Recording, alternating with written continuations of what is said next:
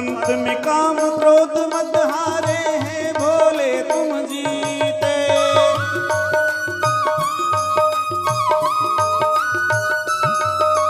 तेरी खोज में ना जाने कितने युग मेरे बीते। अंत में काम क्रोध मत हारे हैं भोले तुम जीते। मुक्त किया तूने प्रभु मुझको, मुक्त किया तूने प्रभु मुझको, मुक्त किया तूने प्रभु मुझको, मुक्त किया तूने प्रभु मुझको। शत शत है प्रणाम। ऐसी सुबह न आए, आए न ऐसी शाम। ऐसी सुबह न आए, आए न ऐसी शाम। जिस दिन जुबा पे मेरी, जिस दिन जुबा पे मेरी आए नसीब का नाम। ऐसी सुबह न आए, आए न ऐसी शाम।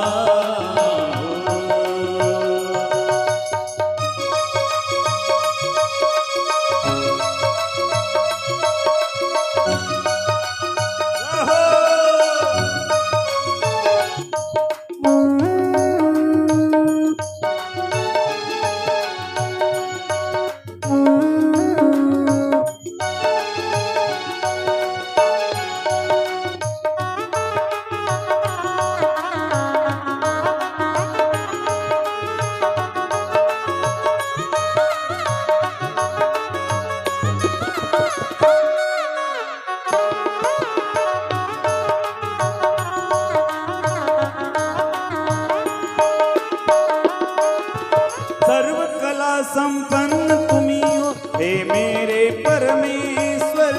दर्शन देकर धन्य करो अब हे त्रिनेत्र महेश्वर।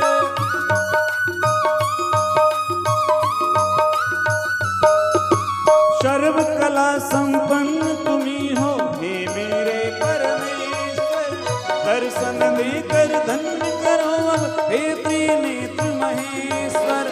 अब सागर से तर जाऊंगा, अब सागर से तर जाऊंगा, अब सागर से तर जाऊंगा, अब सागर से तर जाऊंगा। लेकर तेरा नाम। ऐसी सुबह न आए, आए न ऐसी शाम।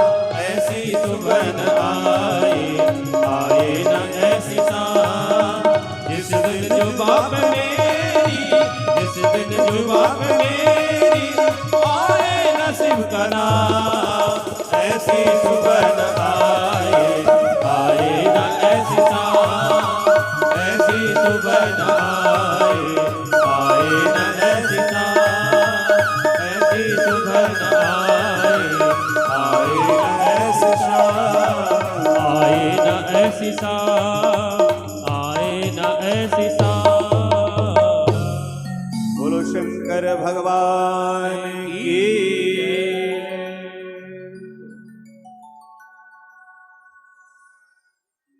तो पूरी शिव कथा कहने बैठे थे राम कथा, लेकिन श्री भरद्वाज जी को श्री जागबलिक जी ने पूरी शिव कथा सुनाई। और चरित सिंधु गिरिजा रमन,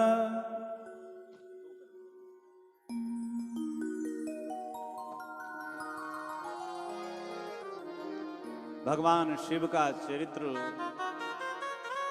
अपार है। श्री जागबलिक जी कहते हैं कि ज्यों-ज्यों हमने शिव कथा कही आपकी रुचि बहुत बढ़ गई। इसका अर्थ क्या हुआ?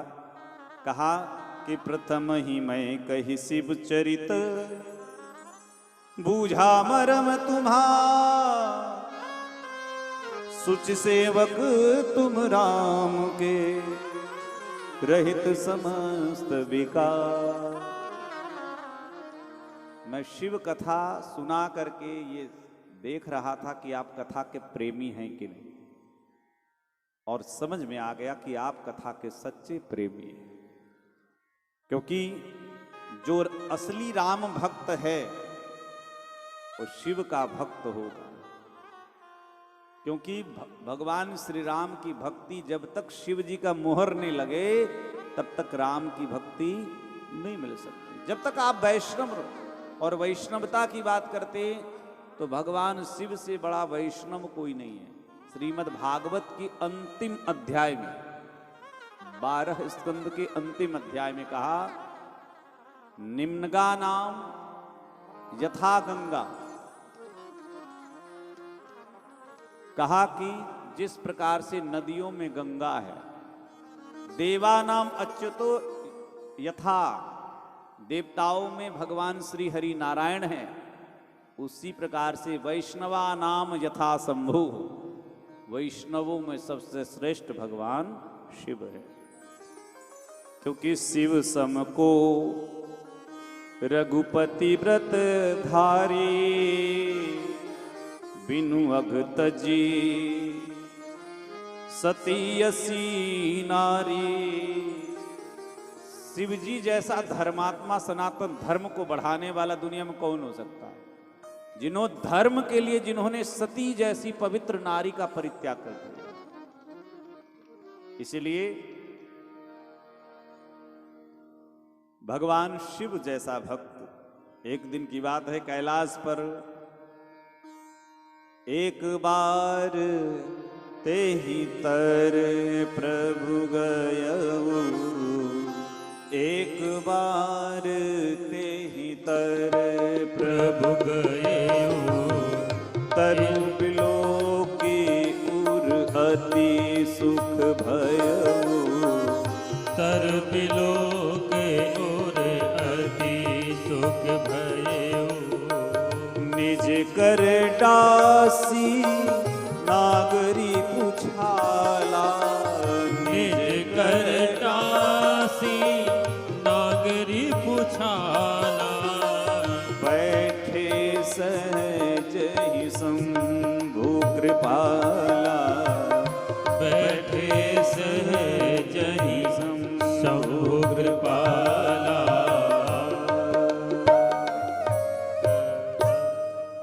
अब विवाह हो गया, शत्रुओं का भी विनाश हो गया, जीवन में सब कुछ ठीक ठाक हो जाए तो फिर कहां आना चाहिए? जीवन में सब कुछ सेटिंग बन गया, शादी विवाह भी हो गए, बाल बच्चे भी हो गए, रुपया पैसा भी, घर परिवार सब ठीक चल रहा है, फिर क्या करना चाहिए?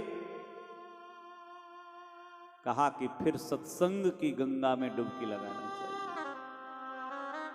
एक बार कैलाश में सुंदर से जो वट वृक्ष की छाया में,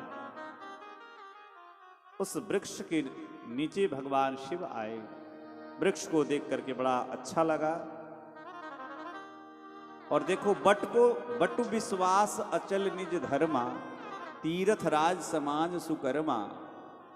बट वृक्ष को विश्वास का स्वरूप कहा गया है और भगवान शिव भी विश्वास के स्वरूप है।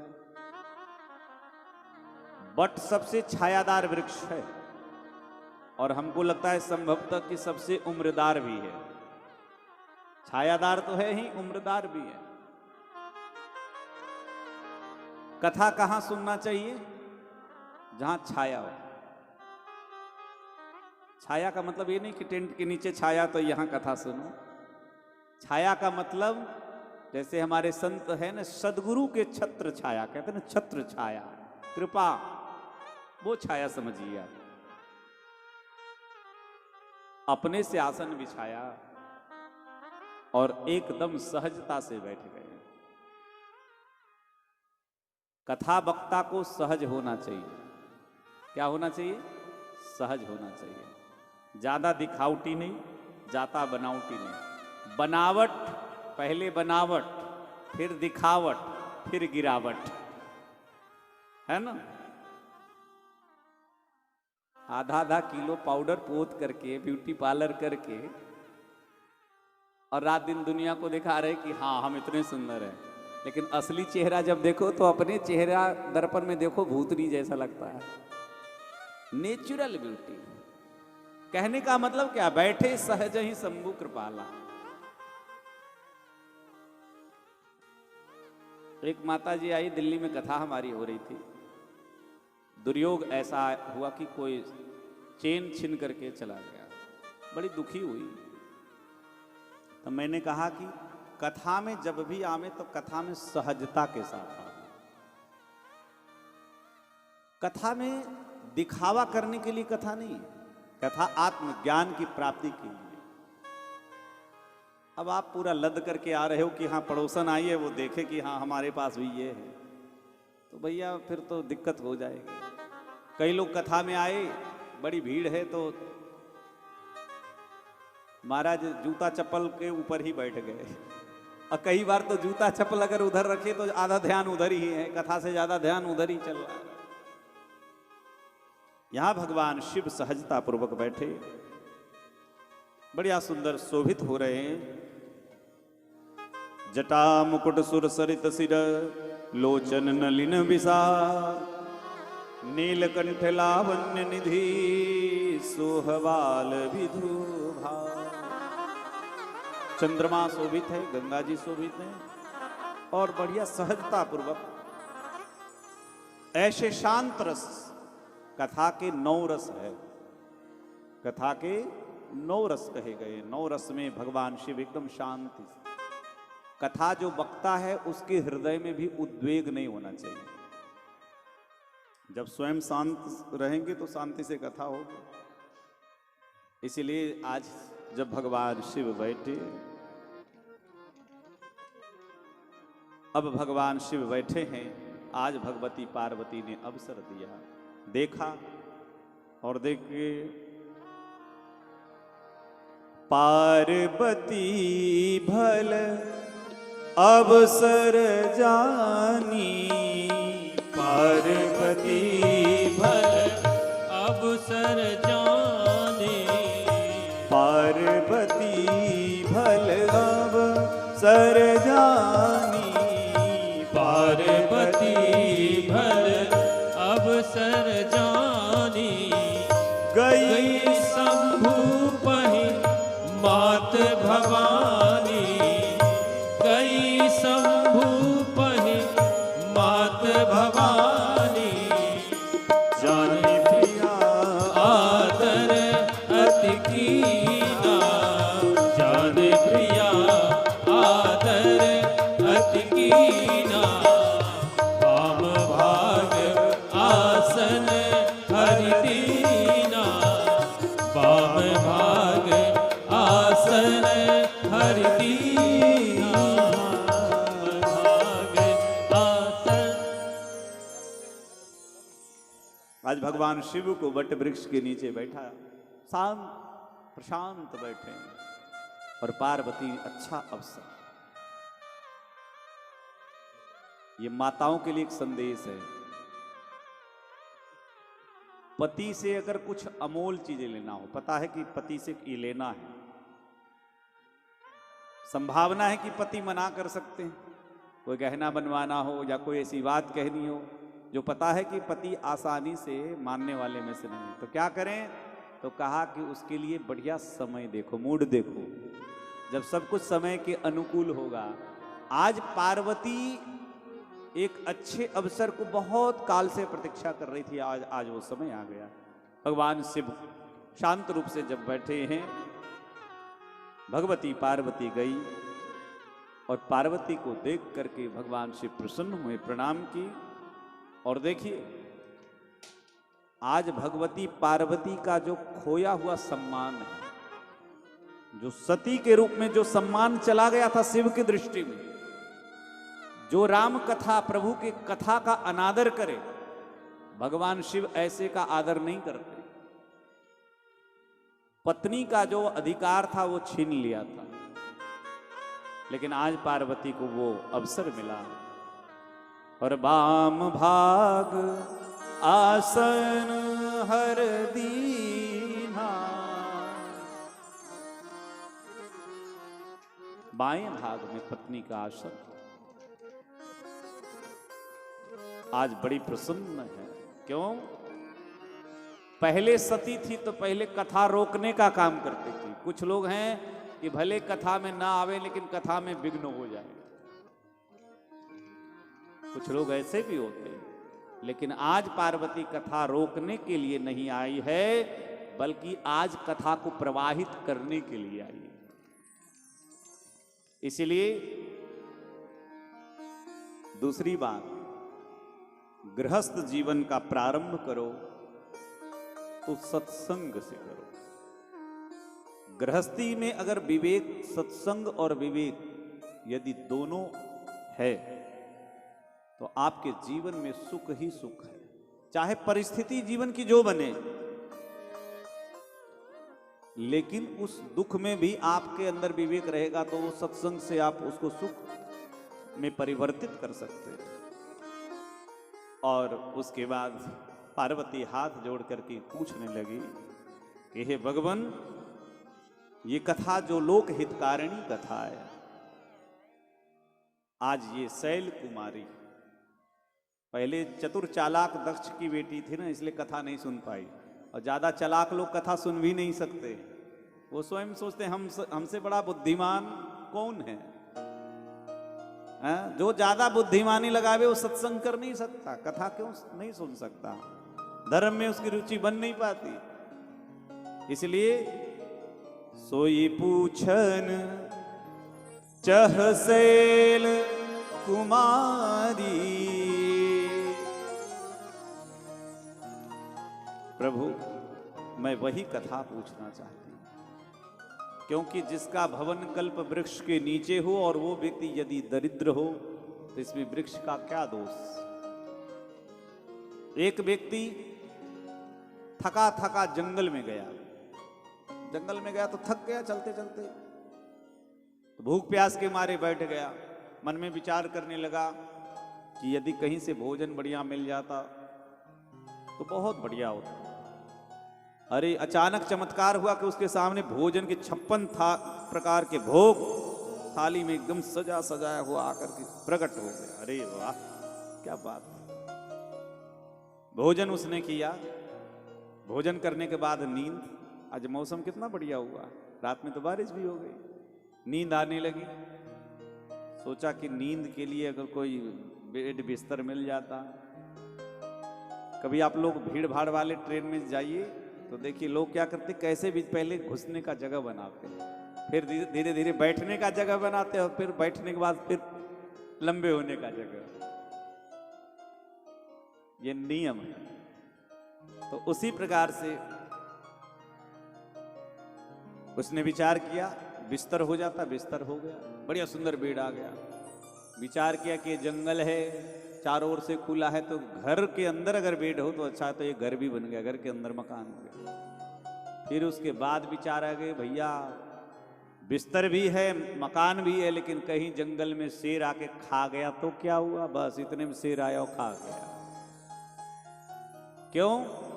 अब तक उसने समझा नहीं था, क्योंकि ये चमत्कार उस कल्प वृक्ष के नीचे, उसको नहीं पता था कि हम कल्प वृक्ष के नीचे हैं, इस वजह से ऐसा चमत्कार हो रहा है। उसको संभलना चाहिए था, लेकिन व्यक्ति ज्यादा पाने की इच्छा में जो कुछ अपने पास स्वयं रहता है ना, अपने थाली में नहीं देखते, दूसरे के थाली में देखते। इसी के कारण हमारे जीवन में सुख छूट जाता है। भगवान ने जो हमें दिया, हम उस पर ध्यान दें कि जितना है, जब आवे संतोष धन सब धन धूरी समान। जीवन में संतोष केवल कि अतिथि घर में आवे तो उन अतिथि को खिला दें, और अपने बाल बच्चों समेत थोड़ा सा 2 रोटी बढ़िया से मिल जाए, 2 कपड़े मिल जाए, रहने की छत्र छाया हो जाए, बस क्या करना है। लेकिन हम उसको नहीं देखते हैं।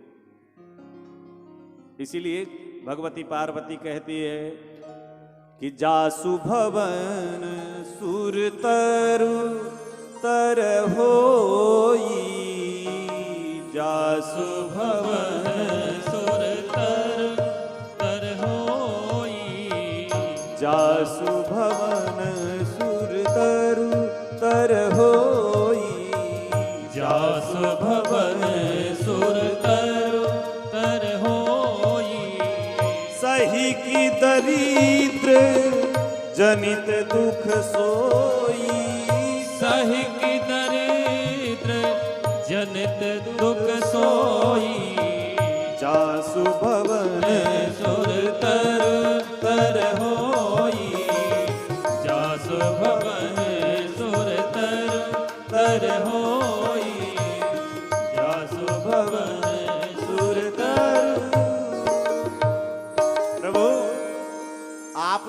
महादेव हैं, देवों को देव महादेव हैं। आप तो कल्प वृक्ष हैं ही, और साथ साथ में ये कथा भी कल्प वृक्ष है।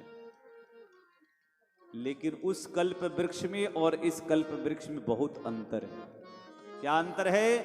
वो कल्प वृक्ष अच्छा और बुरा का विचार नहीं करता। जैसे आपने सुना कि उसने विचार किया कि शेर आ जाए और खा जाए, शेर आया खा गया। उसमें अच्छाई बुराई का कोई निर्णय नहीं है। लेकिन ये कथा कभी आपका अहित नहीं कर सकती। भगवान की कथा कभी अहित नहीं कर सकती। इसीलिए प्रभु, आप जिन राम का भजन करते हैं, तुम पुनि राम राम दिन राती, सादर जपहु अनंग आराती। वही राम के विषय में वही राम हैं कि कोई और हैं। अब स्त्री होने के नाते मेरे मन में थोड़ी मलिनता है प्रभु, इसलिए अज्ञ जानी रिस उर जनि धरहु।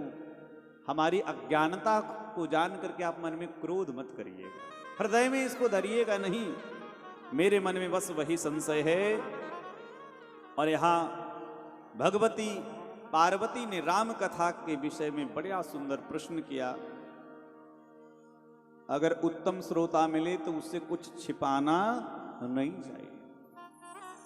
आप तो सर्वांतर्यामी हैं, इसलिए प्रथम सो कारण कहूं विचारी, निर्गुण ब्रह्म सगुण वपुधारी।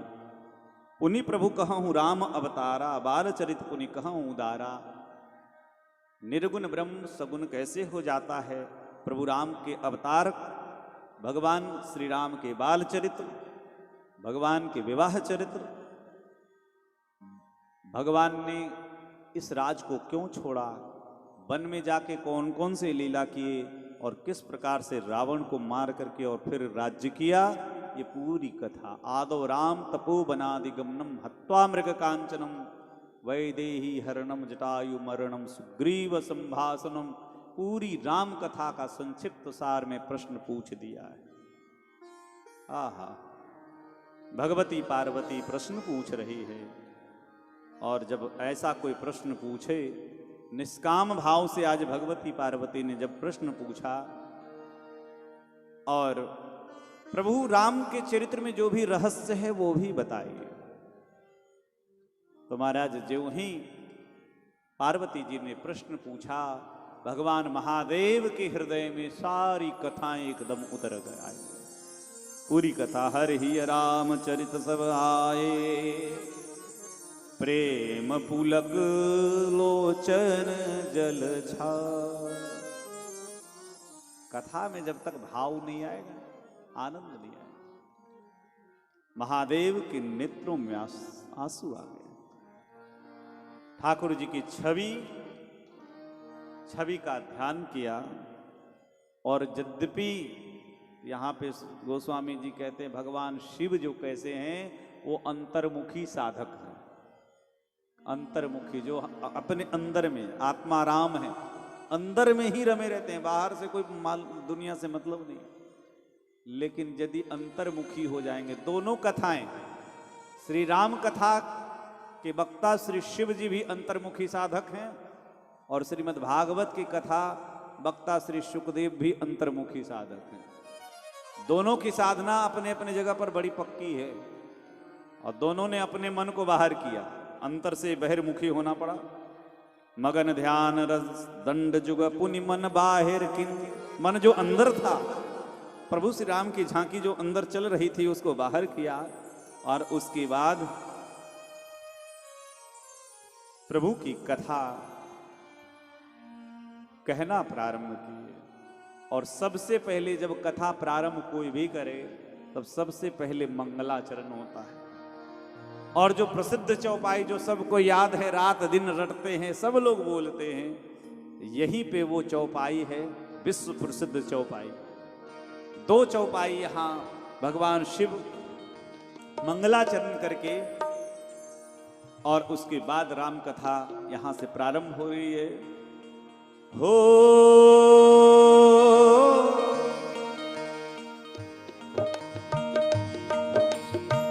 बंद उपाल रूप सोई राम,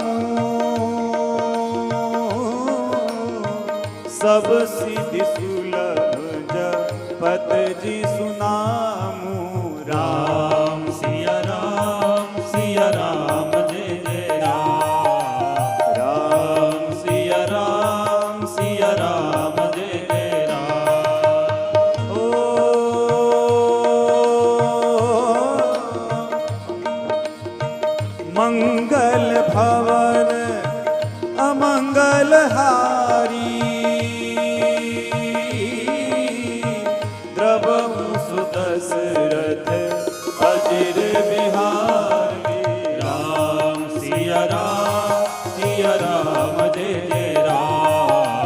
राम सिया राम जय जय राम। ओ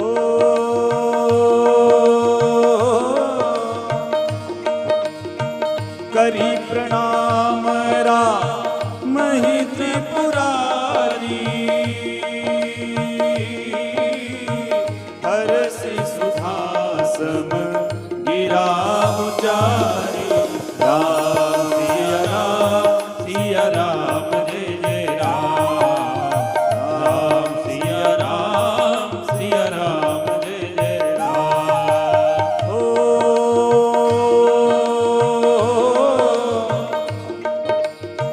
धन्य धन्य गिरि राजकुमारी। तुम समान नहीं कोई उपकारी। राम सिया राम जय जय राम।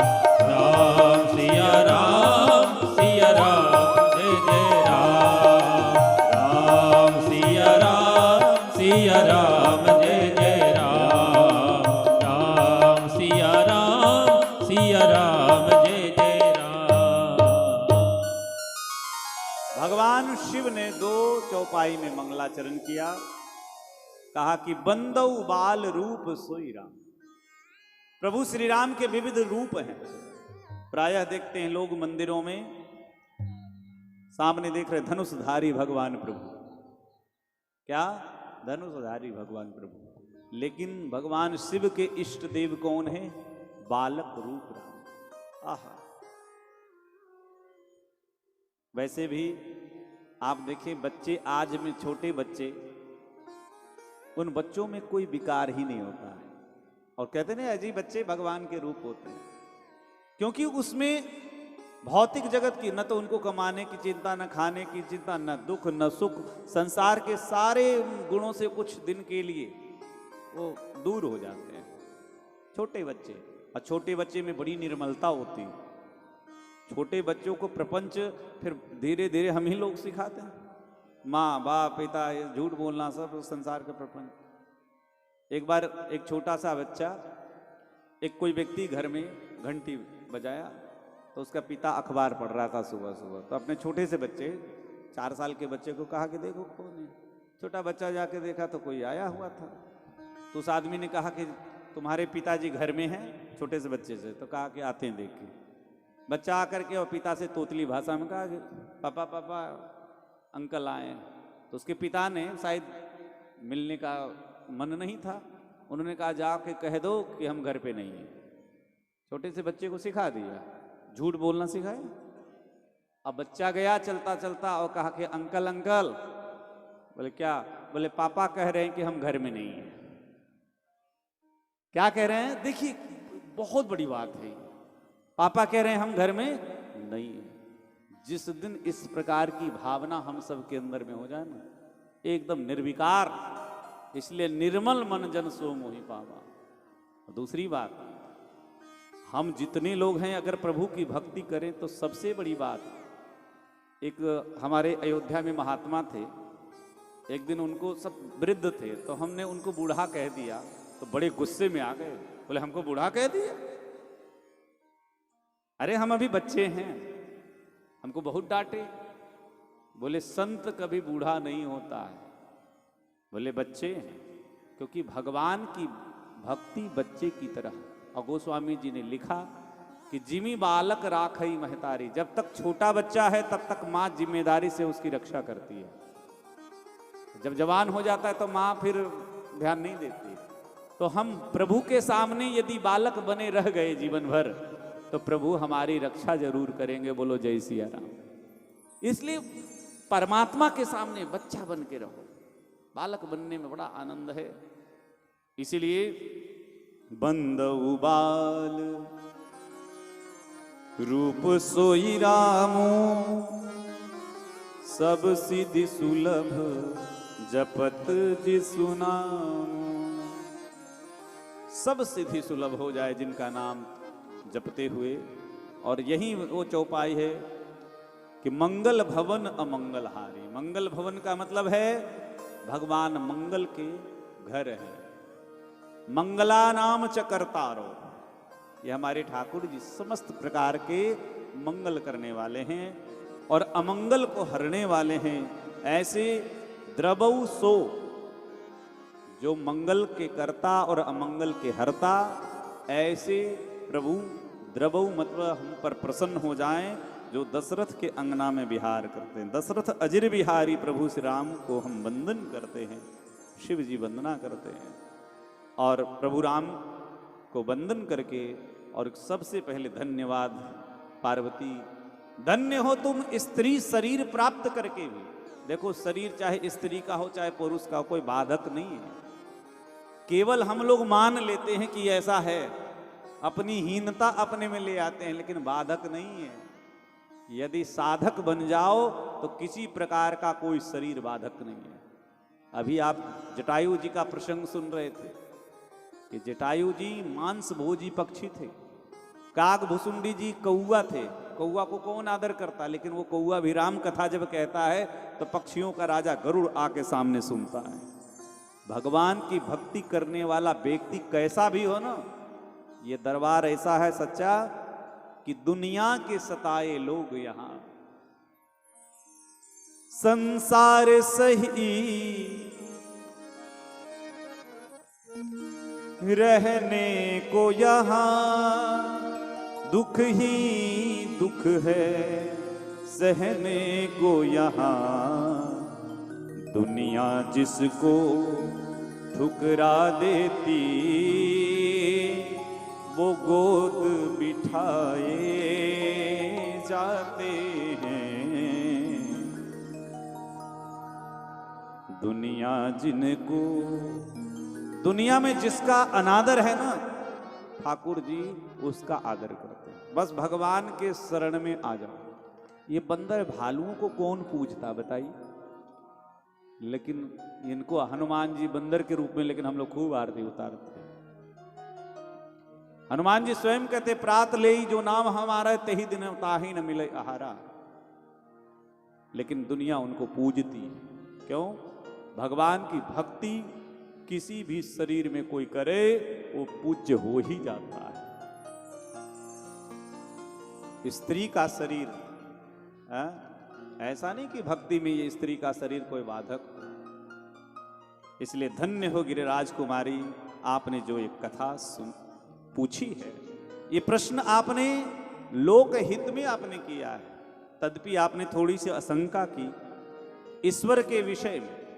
कई लोग कहते जी हम तो भगवान को नहीं मानते। एक चीज का मैं चैलेंज एकदम ताल ठोक के कहता हूं कि यदि सनातनी हो आप, तो आप भी ताल ठोकना हमारी तरह सब जगह। दुनिया का एक भी व्यक्ति लाके हमको दिखा दो जो कहे कि नास्तिक हम हैं, फिर मैं आपको दिखाऊंगा कि नास्तिक हो सकता है क्या? हो।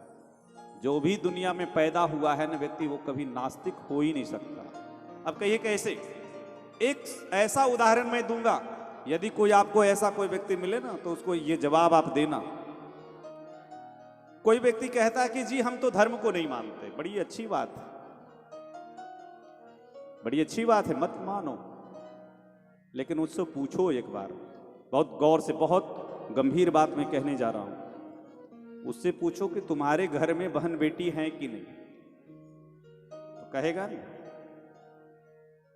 कोई भी व्यक्ति पैदा हुआ तो मां के पेट से पैदा हुआ, उसके घर में भी बहन बेटी है कि नहीं? तो पूछो उससे कि तुम्हारे घर में यदि बहन है, मां है, बेटी है, पत्नी है, चारों स्त्री है, तो क्या चारों से एक जैसा व्यवहार करते हो? हाँ जी या ना जी? बस इसका तुम उससे जवाब ले लेना। कोई भी दुनिया के व्यक्ति से बस इतने पूछ लेना कि तुम्हारे घर में बहन बेटी है, मां है, पत्नी है, तो चारों से एक जैसा व्यवहार है कि चारों से अलग अलग व्यवहार है? तो हर व्यक्ति कहेगा कि नहीं जी ऐसे कैसे हो जाएगा। मां का स्थान अलग है, पत्नी का स्थान अलग है, बहन का स्थान अलग है, बेटी का स्थान अलग है। तो ये अलग अलग स्थान है तो क्यों है? विचार करिए। क्योंकि इसलिए है कि हम में देखो जितने लोग बैठे हैं यहां, मनुष्य और जानवर में क्या फर्क है? क्या जानवरों के बहन बेटी नहीं होते? उनके परिवार नहीं होते क्या? उनकी संख्या नहीं बढ़ रही है क्या? उनके भी परिवार है, उनके भी पेट है, उनकी भी इंद्रियां हैं। लेकिन मनुष्य और जानवर में फर्क केवल इतना है कि मनुष्य धर्म को जानता है और वो पशु है, वो धर्म को नहीं जानता है।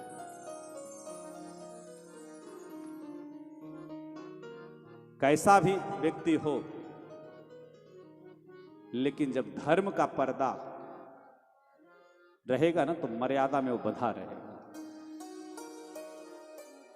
बहन के साथ कहीं भी जा रहा हो, कहीं भी कैसे भी रह रहा हो, उसके मन में कोई विकार नहीं आता है। क्यों? क्योंकि वो धर्म का मजबूत स्तंभ उसमें खड़ा है। तो बताइए, दुनिया का कोई व्यक्ति अपने आप को कह सकता है कि हम नास्तिक हैं? हाँ जी या ना जी बताइए। कोई भी व्यक्ति कह सकता है कि हम नास्तिक हैं? धर्म का मतलब यही नहीं कि केवल आप मंदिर की में पूजा करो। ये सारी चीजें धर्म के अंतर्गत आती है, सब कुछ आती है। जो हम सामाजिक व्यवस्थाओं में जो जीते हैं वो भी धर्म के अंतर्गत। आज इतना बड़ा युद्ध चल रहा है, हमारे पड़ोस के लगभग देशों में 2 बड़े युद्ध अफगानिस्तान में चला, अभी चल ही रहा है, केवल एक धार्मिक स्थल को लेकर के। कुछ सीमित संख्या के लोग हैं, वो कहते ये हमारा जी जगह है, और वो कहते हमारा जगह है। उसके लिए हजारों की संख्या में लाशें निकल रही है प्रत्येक दिन, और उस पीड़ा से हम सब गुजर चुके हैं। हम लोगों ने भी गोलियां खाई हैं। बता रहे थे हमारे बामनौली के सब कि हमारे भी यहाँ से कार सेवा में 1992 में भारी संख्या में संतों की अगुवाई में लोग गए थे। भारत का प्रत्येक हिंदू अपने धर्म के लिए जीता है महाराज, और जिसने धर्म को छोड़ दिया, धर्म को नहीं मानता है, उसके जीवन में कुछ बचता नहीं। हमने कहा ना कि परिवार और स्वास्थ्य, ये जीवन में 2 बहुत ज्यादा बचाने योग्य है। शरीर की रक्षा करना, इसी से सारे रिश्ते नाते हैं, और परिवार को बचाओ। परिवार बचा रहेगा, धन संपत्ति फिर हो जाएगा। इसलिए ईश्वर के प्रश्न, ईश्वर है या नहीं है, केवल मूर्ति के रूप में, कोई विशेष आकार के रूप में ही नहीं, ईश्वर की बहुत स्वरूप है भगवान। और जिन हरि कथा सुनी नहीं काना, श्रवण रंध्र अहि भवन समाना। जिसने भगवान की कथा कानों से नहीं सुनी, उसका कान नहीं है। कहा कि श्रवण रंध्र अहि भवन समाना। श्रवण उसका, ये जो कान है ना, वो सर्प के बिल के समान है। और श्री बिंदु गोस्वामी जी का एक बड़ा पद है, बड़ा प्रसिद्ध पद है इसी विषय पर है। आंख वो जो राम का दर्शन किया करे, वो शीस है चरण में जो प्रभु बंदन किया करे। बेकार वो मुख है जो रहे व्यर्थ की बातों में, मुख वह है जो हरि नाम का सुमिरन किया करे। हीरे मोती से शोभा नहीं है हाथ की, हीरे मोती से शोभा नहीं है हाथ की, है हाथ जो प्रभु राम का पूजन किया करे। मर कर भी अमर नाम है उस जीव का जग में, प्रभु प्रेम में बलिदान जो जीवन किया करे। कवि वर वही है श्याम के सुंदर चरित्र का, कवि वर वही है राम के सुंदर चरित्र का। रसना के जो रस बिंदु से वर्णन किया करे, वर्णन किया करे। कहा कि जिन हरि कथा नेत्र मिले हैं तो भगवान का दर्शन करने के लिए, मुख मिला है प्रभु नाम का कीर्तन करने के लिए, दूसरे को गाली देने के लिए नहीं। शीश मिले हैं गुरु सदगुरु और ईश्वर के चरणों में झुकने के लिए, माता पिता के चरणों में झुकने के लिए। इसलिए यहां बहुत प्रकार से कड़े शब्दों में शिव जी ने ऐसे कहने वाले लोगों को फटकार लगाई और इसलिए कहा कि भगवान, इसलिए देवी अब तुम कथा सुनो, क्योंकि कथा वही है, धन्य सोई वक्ता जो राम की कहानी कहे, धन्य सोई श्रोता सुनी होत प्रमुदित है। जो भगवान की कथा कहे वो वक्ता धन्य है, और जो भगवान की कथा सुन के प्रसन्न हो वो श्रोता आप जैसे लोग धन्य हैं। बोलो जय सिया राम। धन्य सोई लेखक जो राम का चरित्र लिखे,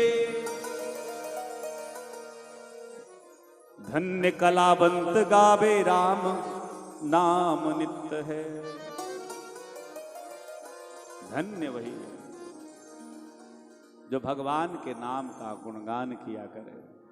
और महाराज ये प्रभु राम की कथा, कहा कि राम कथा सुंदर करतारी, राम कथा सुंदर करतारी, राम कथा सुंदर करतारी, राम कथा सुंदर करतारी, संशय बिहग उड़ाव निहारी, संशय बिहग उड़ावन हारी, संशय बिहग, संशय बिहग उड़ावन हारी, राम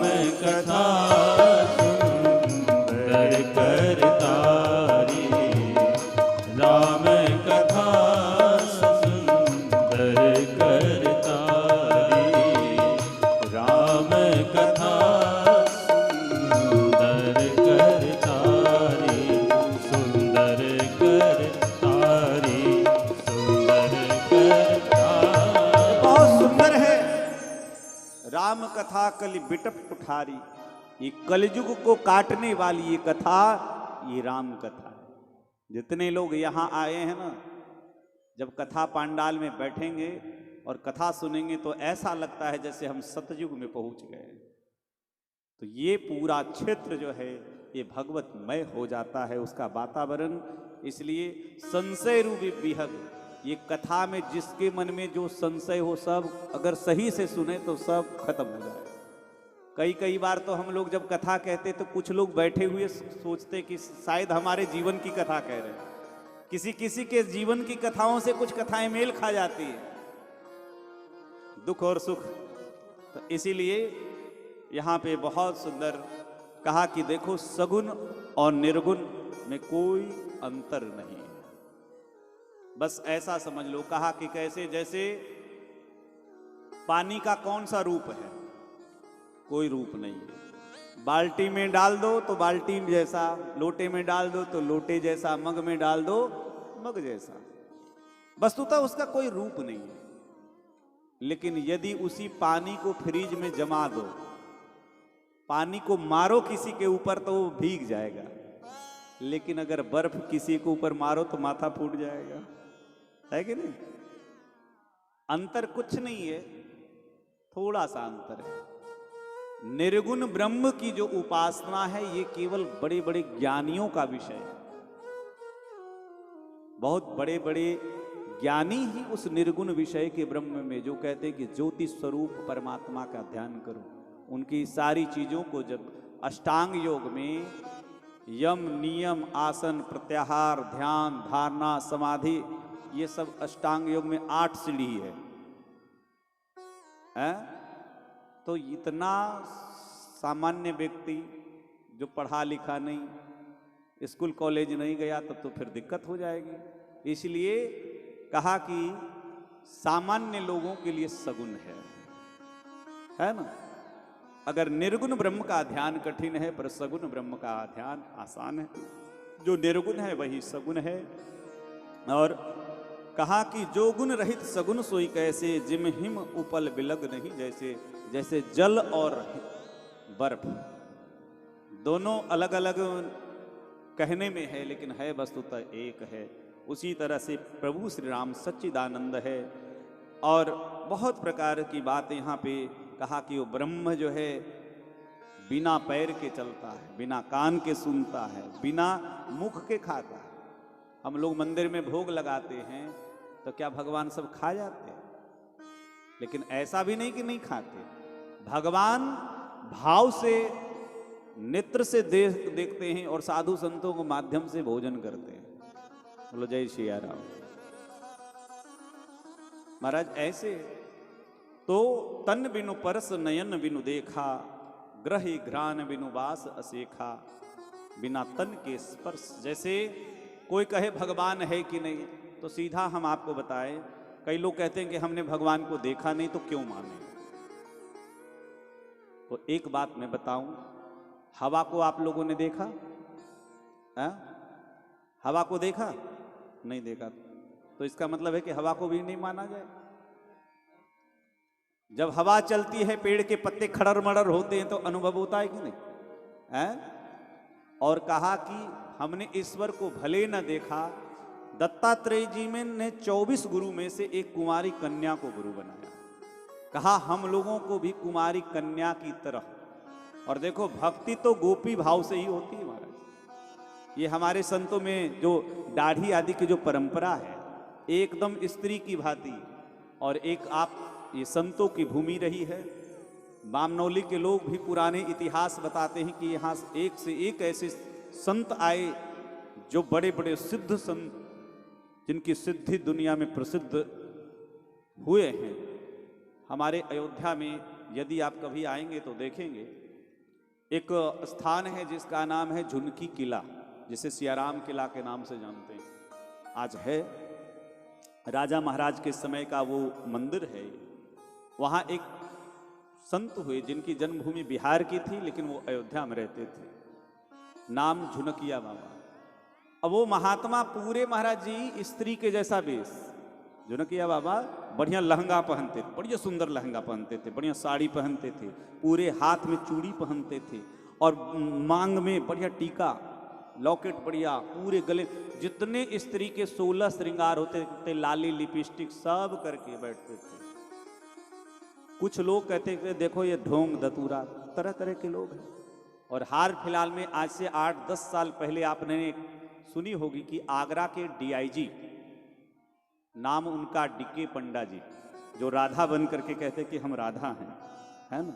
इसी चक्कर में वो नौकरी छोड़ दिए, बहुत बड़ी बात है। तो कई लोग पढ़े पढ़े लिखे लोग भी जब ऐसा करते हैं, क्या सब लोग मूर्ख हैं? भक्ति का रस जिसको लग जाए, परमात्मा का स्वाद जिसे लग जाए ना। हमारे अयोध्या वृंदावन में बड़े बड़े बीटेक एमटेक किए हुए, इंजीनियरिंग की पढ़ाई किए, ऊंचे ऊंचे पोस्ट में व्यक्ति, और वो सब छोड़ छाड़ के करोड़ों अरबों का मालिक, वो कहता कि जी जो हमको वृंदावन अयोध्या के धूल में जो लौटने का सुख मिलता है वो एसी में नहीं मिलता है। एसी वाले भी भाग करके उसी धूल में जाते हैं, जो क्योंकि वो रुपए पैसे सांसारिक भौतिक वस्तुओं का सुख थोड़े देर के लिए, विषयों को हमने नहीं भोगा है। हम कहते कि हम बहुत सुख भोग रहे हैं, बढ़िया भोजन कर रहे, हम लोगों ने विषयों को नहीं भोगा है, बल्कि विषयों ने हमें भोग लिया है। वयम न भुक्ता वयमेव भुक्ता। इन विषयों का थोड़ा सा उदाहरण दे दूं। चावल दाल रोटी सब्जी फल फ्रूट हम लोग खाते हैं, उसी से तो शरीर बड़ा हुआ है। जो सुबह भोजन बनाते हैं और शाम तक उसमें दुर्गंध आ जाता है, बोले बासी हो गया फेंक दो इसको। विचार करिए, एक दिन की वैलिडिटी जिसकी नहीं है, उसी के खा करके पूरा शरीर बढ़ा है। जो एक दिन में नष्ट होने वाला जिस भोजन को खा करके शरीर बढ़ा है, तो इस शरीर की कितनी गारंटी है? कितनी गारंटी? कोई गारंटी नहीं। अगर हम लोग जीवित हैं, हम लोग रह रहे हैं, तो केवल अपने सत्कर्मों से, अपनी अच्छाइयों की वजह से ईश्वर ने जितने दिन के लिए हम लोगों को भेजा है, उतने दिन का काम। कब कहां से चला जाए कुछ पता नहीं। जीव का एक जोग संजोग होता रहता है। तो बड़े बड़े लोग भी उस सुख सुविधा को छोड़ करके और इसी अध्यात्म के मार्ग में आके सुख ढूंढते हैं, क्योंकि सच्चा सुख तो इसी में है। जो श्याम पर फिदा हो उस तन को ढूंढते हैं। जो श्याम पर फिदा हो उस तन को ढूंढते हैं। भगवान श्याम सुंदर कहा कि जिसमें भगवान के प्रति जिसकी बुद्धि लग जाए, बस घर श्याम का हो जिसका, उस मन को ढूंढते हैं। घर श्याम का हो जिसका, उस मन को ढूंढते हैं। जो बीत जाए प्रीतम की याद में विरह में, जो बीत जाए प्रीतम की याद में विरह में, जीवन भी देखे ऐसे जीवन को ढूंढते हैं।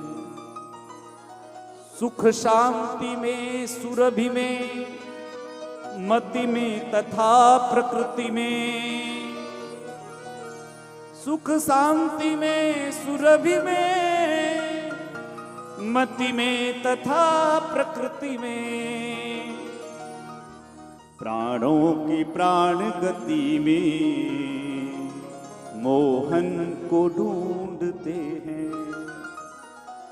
बंधता है जिसमें आकर वह ब्रह्म मुक्त बंधन, बंधता है जिसमें आकर वह ब्रह्म मुक्त बंधन। क्यों? उस प्रेम के अनोखे बंधन को ढूंढते हैं।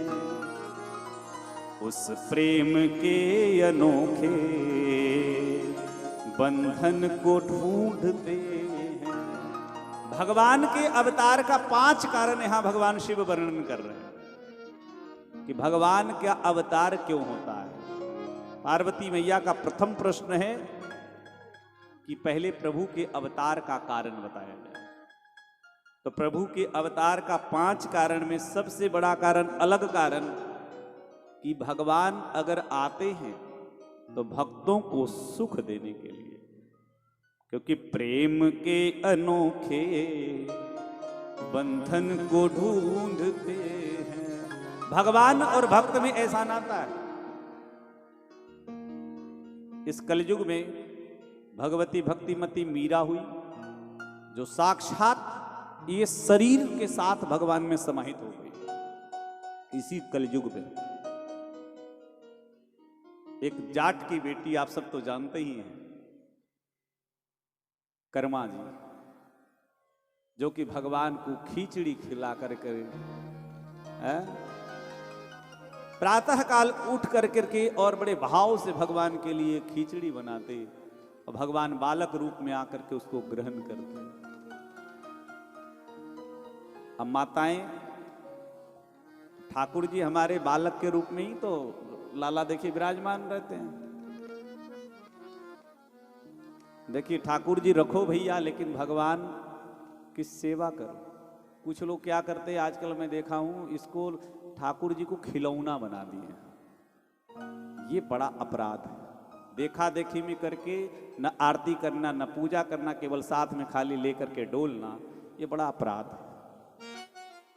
और इसलिए ये संतों की भूमि है। और एक चीज मैं बताऊं हमारी जो सनातन परंपरा रही है, जैसे भगवान के घूमने फिरने के लिए जैसे जल विहार होता है, वन विहार होता है, समय समय से उत्सव मनाए जाते हैं, लेकिन अपने धूप में घूम रहे तो भगवान को भी साथ में ले जा रहे हैं। तो ये पूजा कम है, दिखावा ज्यादा है, और इस तरह की कर्तव्य करना ये ठीक नहीं है।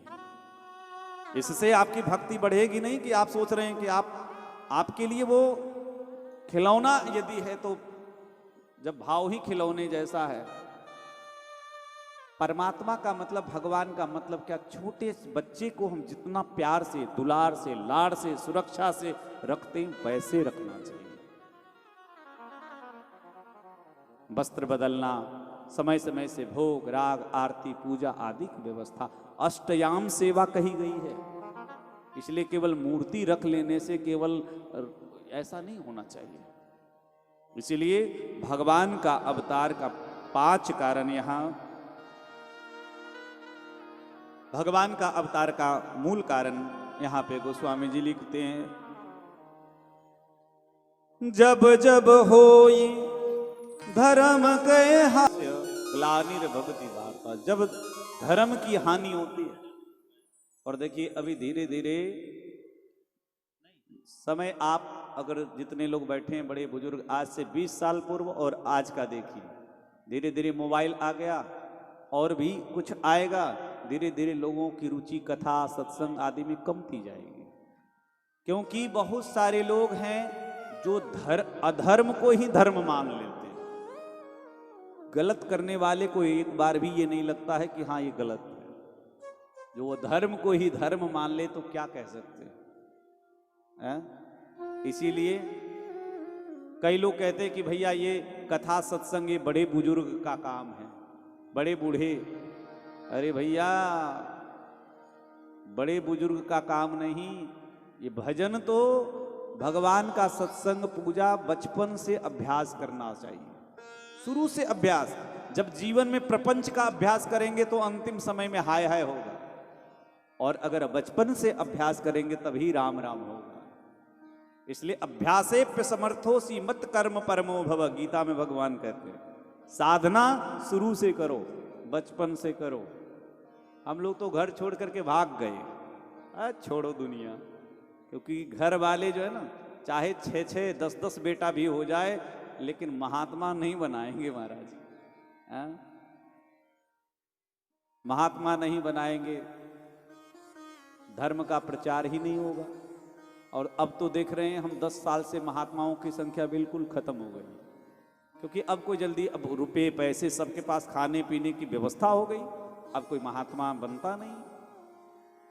अब धीरे धीरे धर्म की बड़ी हानि हो रही है। जब जब धर्म की हानि होती है तब तब भगवान का विविध स्वरूपों में भगवान का अवतार होता है।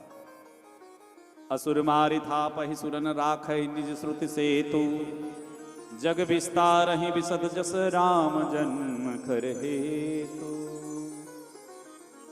प्रभु श्री राम के जन्म के हेतु के 5 कारण यहां गोस्वामी जी बताते हैं। द्वारपाल प्रथम कारण, हरि के प्रिय दो, जय अरु विजय जान सबको। भगवान श्री हरि श्री नारायण के द्वारपाल, वैसे 16 हैं, इनकी संख्या प्रमुख जो हैं, द्वारपालों की संख्या प्रमुख हैं। सबसे बड़े का नाम है विश्वक्सेन, सबसे बड़े हैं विश्वक्सेन, जय विजय प्रबल बल, नंद सुनंद सुभद्र आदि ये भगवान के